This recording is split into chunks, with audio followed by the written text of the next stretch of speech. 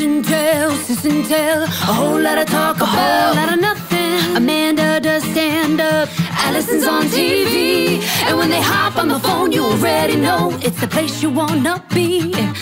Sis and tell, the podcast that's so sweet. Oh, sis and tell, sis and tell, a whole lot of talk about a whole lot of nothing.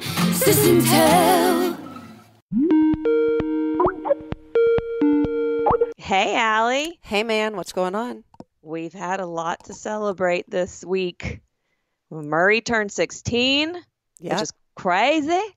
And Aaron and I celebrated our 20th wedding anniversary, but you also have an anniversary coming up. Yeah, our anniversaries are 6 days apart, so your 20th and my 25th. But you are 25 years married. Correct. Yes. Right. We're 6 days apart and 5 years.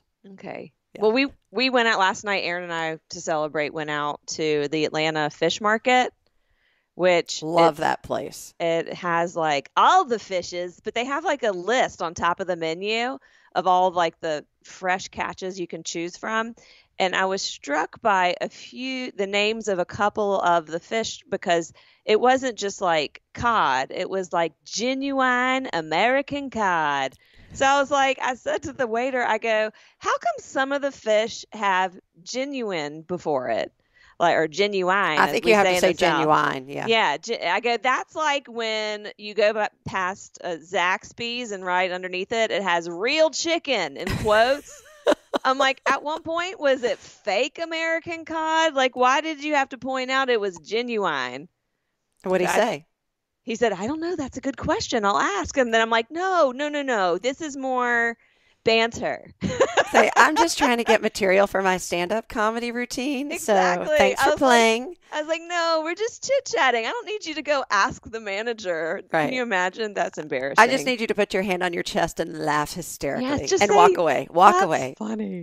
But yeah, he also said, if the pronunciation of genuine for Southern is genuine, he told us, because they have oysters there. He said, do you want, and he had just moved from like Boston. He goes, do you want saltines? He goes, because we don't eat oysters with saltines up north, and I just learned Southerners eat saltines. It's not, he goes, everyone started asking me for saltines, which is like, it's a nice restaurant. So that's got to be so bizarre for people to request, like, probably the least expensive cracker in the world is the saltine. But it's a thing, saltines and oysters. Yeah. And then I started like analyzing saltines and thinking of the English language and why we pronounce it saltine. It should be saltine. If it's a genuine saltine, then you know you're in the right place. Yeah. Saltine. Saltines are the one cracker I never buy. I see them out, but I would never go down a cracker aisle and make that my number one cracker. In fact, if you went down the cracker aisle and you had to pick one package or box of crackers, what would you pick? And I bet I picked the same thing. You want to say it at the same time? 1, 2, 3. Wheat Thins. Oh. Never Ritz mind. Crackers, but also Triscuits. I love Triscuits, but Alan does not. So Wheat Thins are our compromise. But they do make thin Triscuits now.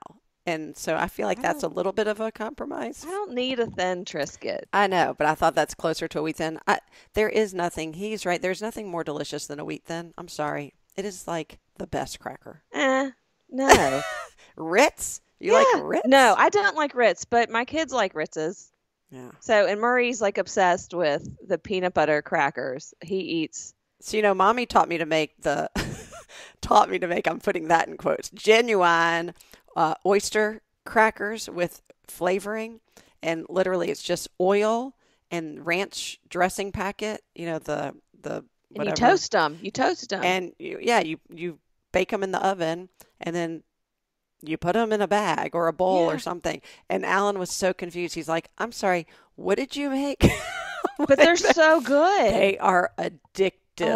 Addictive. It's like makes your mouth water. Those are good. The oyster crackers, like it's almost like sauteed. I try. It's funny when you try and do stuff. I'm sure she had it like at a restaurant somewhere because she's always like, "Excuse me, how do we do this? How do I do this at home? How do they do this?" No, no, it's okay. Go call over the head chef. Yeah. Oh, let me write this down. I And was at a restaurant in Miami once. I forgot. It's a great name. It's like Call Me Lolita. It's an old firehouse. Anybody from the Miami area who eats there will know exactly what I'm talking about. But their shtick is they will give you the recipe to any of their food, or at least one of their. They had some sort of a gazpacho or something, and then they print it out for you and they give it to you at the end. I thought that's cool. That of is course, cool. then when you see how it's made, you're like, oh, I'm never. That's I'd too rather high just maintenance. pay. Yeah, I'd rather just pay for you to make it for me.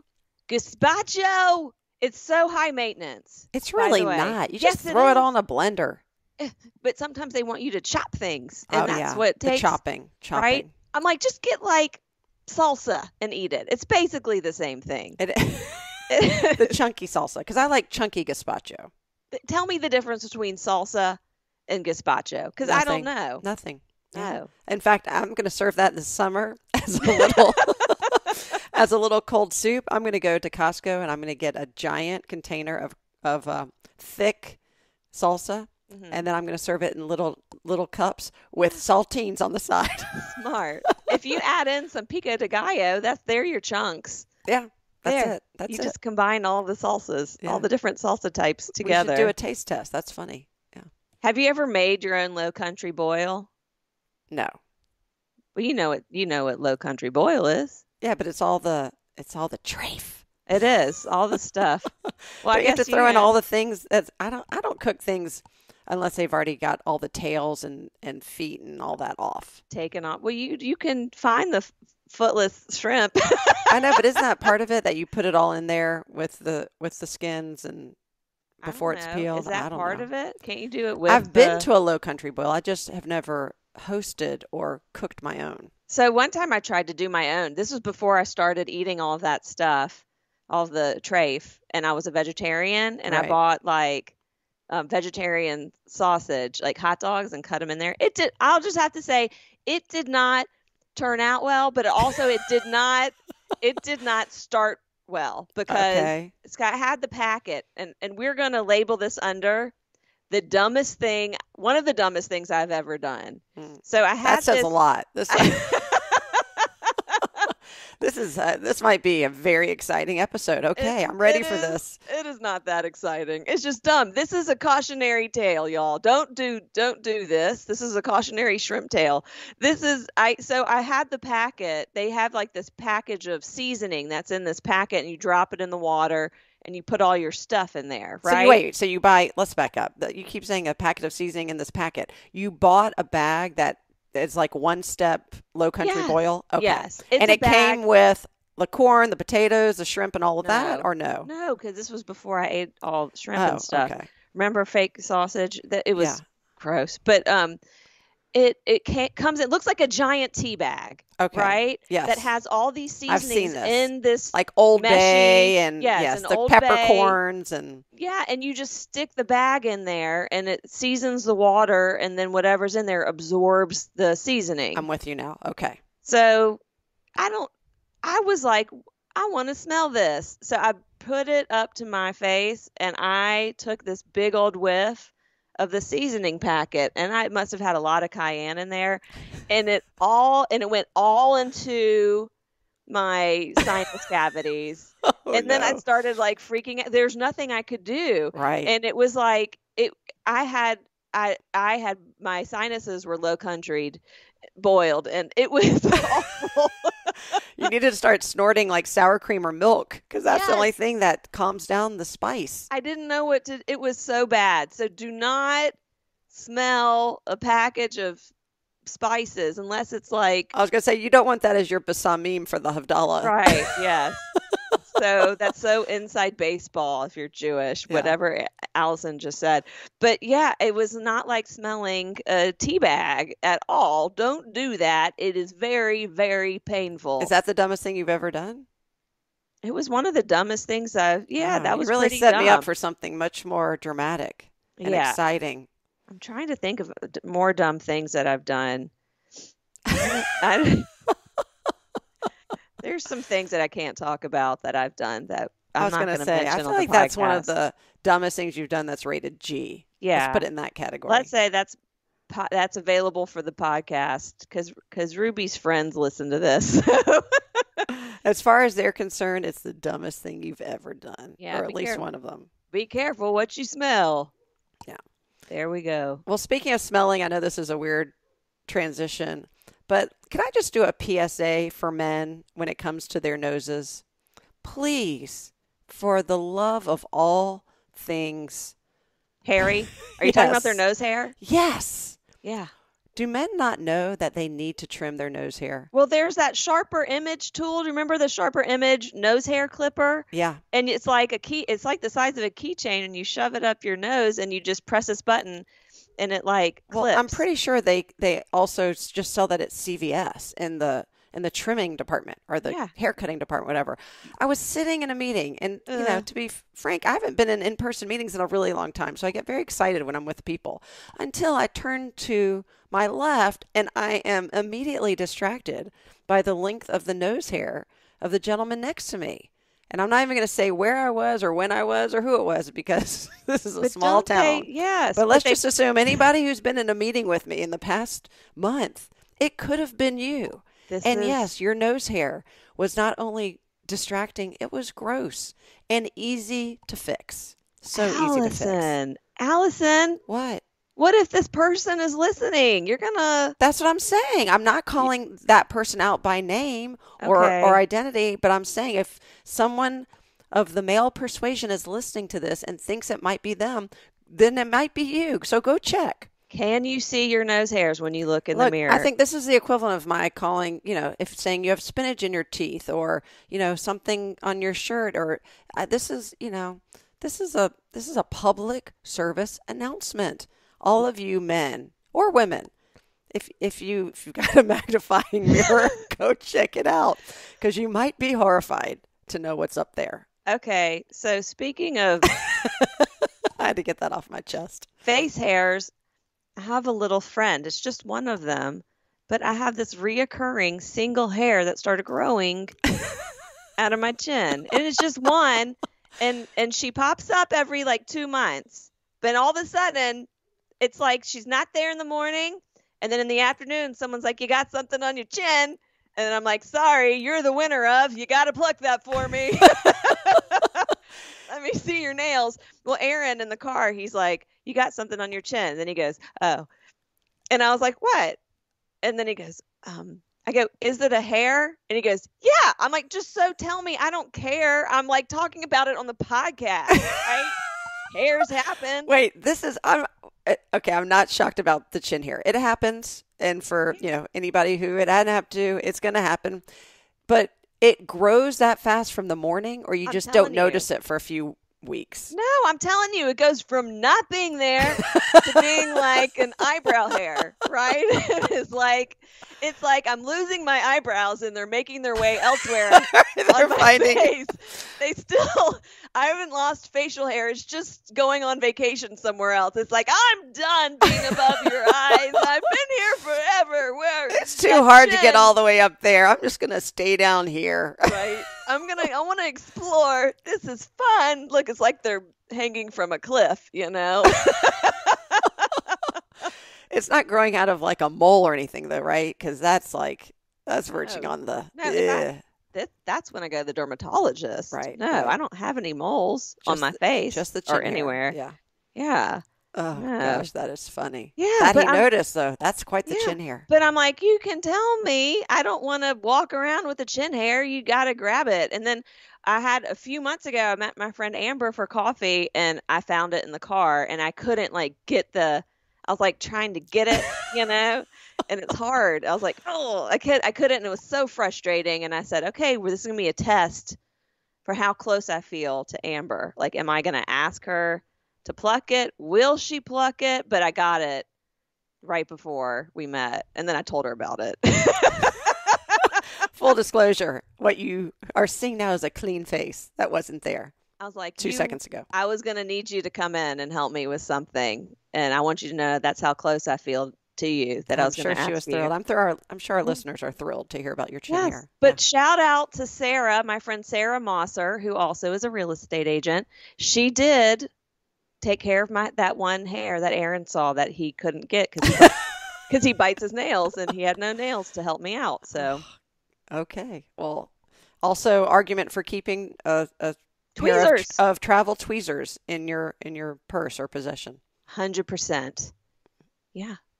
These are like, there's things that people usually get embarrassed about. And I'm just like, no, I don't. I don't get embarrassed, or it is slightly embarrassing, but instead I decide to use it as like podcast or stand-up material fodder. So I just like, but I'm not the only woman in the world who's had a chin hair. No. I mean, most of them are in their 90s, but you've got some. You do have some sisters out there. No, you know what? That starts to happen. It hadn't happened to me yet, but with menopause, and I'm not going to say whether I'm in it or not, and not because I'm embarrassed, but because I literally don't know. And I think there's like a blood test you can take, but at this stage, I'm 51 and a half, and I'm just sort of like thinking, I guess I'm at the right age. There's some signs. And the more I talk to my friends, we realize nobody knows anything. And it's not something people talk about. I think like this stage, and I'm giving you, I'm lucky that I can give you forewarning of what you have to look forward to. So you have you're 7 years behind me. So I hopefully can make the path a little bit, smoother pavement for you.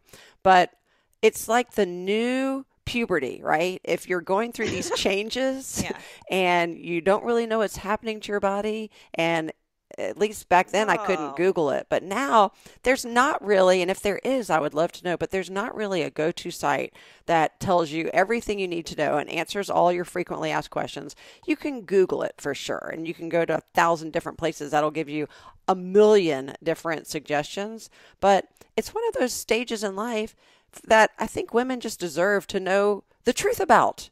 Yeah. And I say this from someone who just doesn't know, and I want to know, and I'm not embarrassed to talk about it. And I just want to, like in like 6 weeks, all of a sudden 6 pounds have like magically appeared on my body. I didn't change. I'm still working out 5 days a week. I haven't changed the way I've been eating. I haven't changed nothing has changed except I'm like 6 weeks older. Maybe you just can't see it, but you've got some really heavy chin hairs growing. 6 pounds of chin hairs are now, And like Alan, I'm sure he's going through menopause because we're all complaining about stuff. This hurts and that hurts. I don't want to complain. I think this is an awesome time in my life, and I'm not complaining. My only complaint is that I'd like there to be a go-to spot. Somebody start this, and if you've started it, please let me know. Please just email us at sisters@sisandtell.com and let me know about the app or the website or the blog. I'll go listen. I'll go subscribe, whatever it is. I got a website. I got a URL idea for that. It could be called oldladypuberty.com. Old lady puberty. Yep. Okay. There we go. I'm so good at branding. I would definitely subscribe to that. Done. You start it. We are not going to do a podcast about menopause, though. No, and I'm not we kind of are right now, but 5 minutes. Yes, we got 20 more seconds to talk about this, and then we got to move on to another topic. Done. Okay. I'm calling it a close right now. You got to tweeze that subject out. Yeah. So when we were talking about the way Southerners say things, and specifically with Genuine, it reminded me of this story of, and I'm going to get there. It's going to take a bit, but it reminded me of this story from when I was about 8.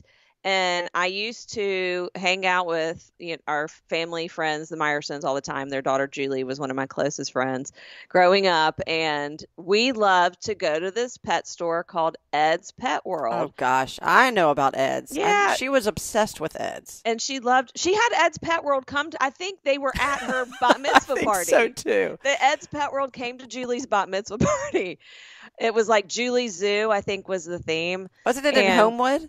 Yeah, it was Yeah. in Homewood, and I think we would either go like her, like Uncle Ed and Aunt Candy, no relation to Ed's Pet World Ed, would take us And also there. no relation to us. We just It, called them right. Uncle Ed and Aunt Yeah. Candy. It Real took names, by the way. it Real took names. me a while to realize that Ed's Pet World was Uncle Ed did not own it. But so they would take us there probably like after Sunday school or after going to synagogue on Saturday, because my memory is going there often with them. And we would get excited because they had a kitten room and you could interact with pets.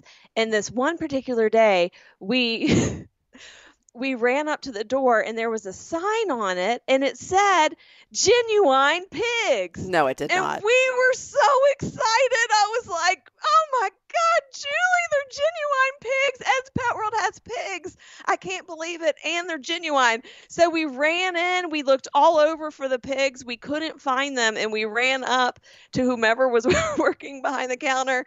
And we're like, where are the genuine pigs? And the lady took one look at us and said, we don't have pigs, but do you mean guinea pigs? We had just read the sign wrong. It did not say genuine. Oh, said- how disappointing. It said guinea pigs.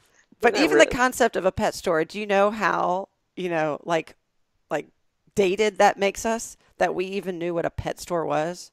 Yeah, this is when pet stores had, well, no, like Petco has pets, right? Sort of. They're not in the same way. Like if they have dogs or cats or things like that, they're actually teaming up with maybe the shelter or something. They're not living Right. at pet store. No, they have. When's the last time you went into a Petco? Okay, not for like 15 years. I Yeah, don't know. they have birds, they have ferrets, they have bunny rabbits, they have guinea pigs or genuine pigs, however you want to pronounce that. They have mice, they have Okay, lizards, that's true. I forgot about those pets. I really just kind of think about dogs all the fish. and sometimes cats. But right, but I'm saying okay, so that still exists, but the sort of puppy mill version, I hate to say, of Right. the pet store, where the mall pet store, where Yeah, the the little mall- doggy in the Mhm. window literally would be like looking at you, and you could walk into literally a mall store and And walk go- out with a dog or a Yes. cat. Yeah, we would pretend like we were interested in getting pets so we could go into these little cubbies with these puppies. Yeah. That was so fun. Oh my God. Can you imagine just being able to walk into a store and play with a puppy?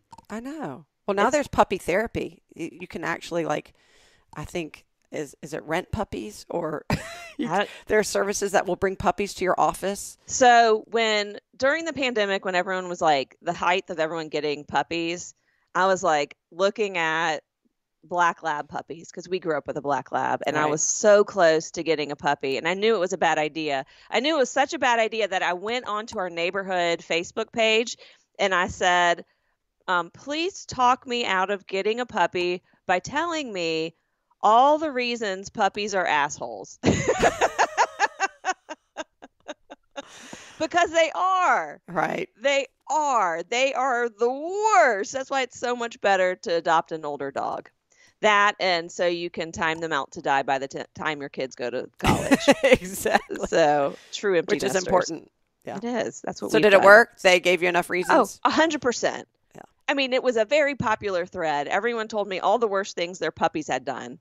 Right? Like they're cute, but I was finding that just hanging out with our friends' puppies was enough, and then I could give them back, and they would destroy their house instead of mine. Yeah. I feel that way about puppies and babies right now.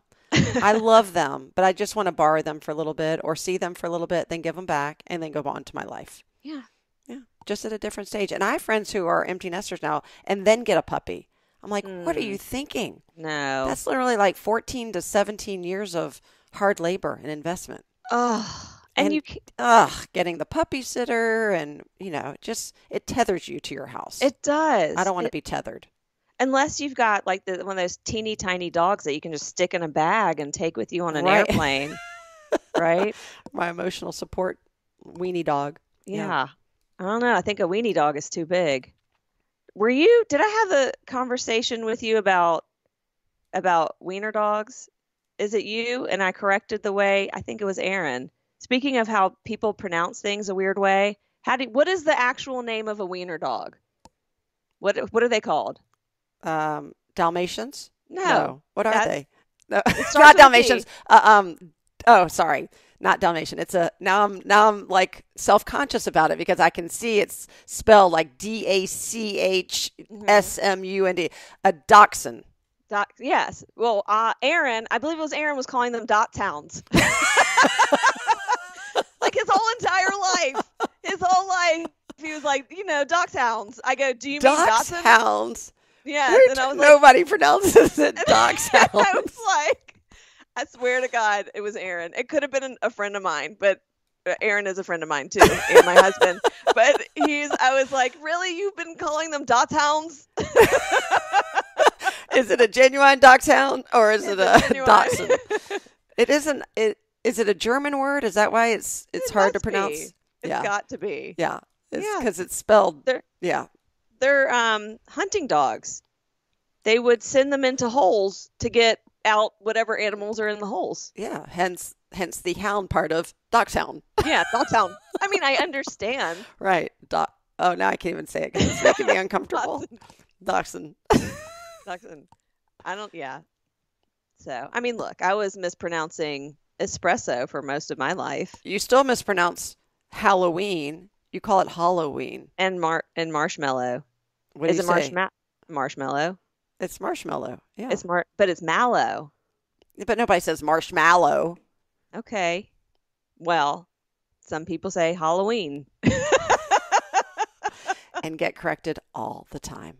Speaking of marshmallows, there is a volunteer opportunity for one of Ruby's classes where they're doing like a campfire thing, and the teacher asked for marshmallows. Okay. And Aaron signed up for it. And I said, you really signed me up for it. You're really going to go get marshmallows. And to make matters worse, she asked for, I don't know why, but kosher marshmallows. Oh, which are the worst. If anybody's ever had a kosher marshmallow, raise your hand and then keep your hand up if they are the worst tasting substitute food marked kosher you've ever had. Yep. We're all raising our hands. But evidently, Jet Puffed marshmallows are kosher. He looked it up. Well, maybe. Oh, I'm putting my hand down. I haven't had a kosher marshmallow in a while. I think they stopped making them out of horse hooves or whatever. Was that a rumor?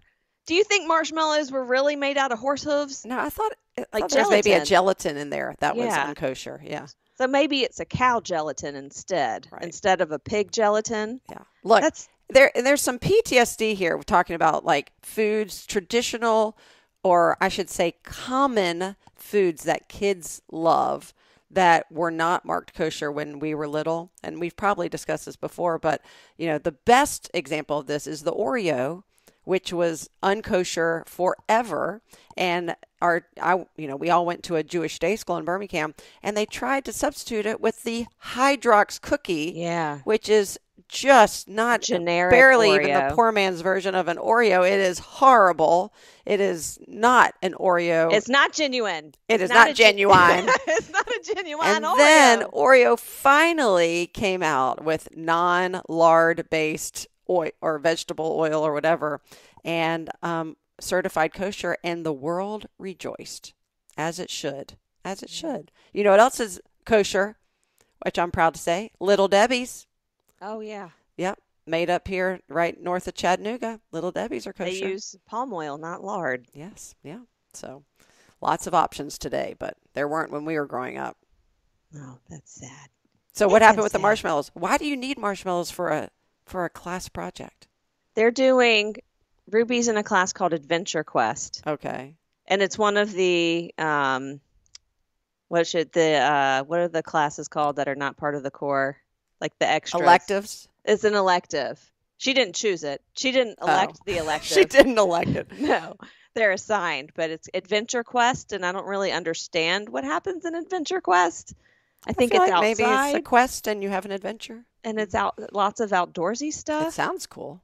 So that's all I know is that they needed marshmallows. And and she goes to a public school. Why would they need to be kosher? Well, specifically, she said kosher, no pork. Oh. Because there's students who don't eat pork. Right. I think it's nice that she's. Is there pork? Was there accommodating pork in marshmallows? I think she meant no pig, right? Because pork and No, but I'm saying pork and pig are the same thing, but I don't think that was ever the issue with marshmallows. I get that she's The being gelatin. sensitive. Yeah, but that came from the horse hooves, I thought. That's what I'm saying. That I think that was a rumor. That's a rumor. I get you. So Maybe, but we know where glue comes from. oh yeah. Shh. Shh. That can't be true. No. Can we look this up? That can't be true. All right, we're digressing and it's going down a rabbit hole. We only have Okay. 30 seconds anyway. Okay. Well, I'm genuinely happy that you made it this far towards the end. Did you? If you did, I want to share something with you, and that's to share us with your friends and your strangers, whoever. We need more love. Thanks for listening to Sis and Tell podcast. As always, this has been Amanda and Allison with a whole lot of talk about a whole lot of nothing. We'll catch you next time.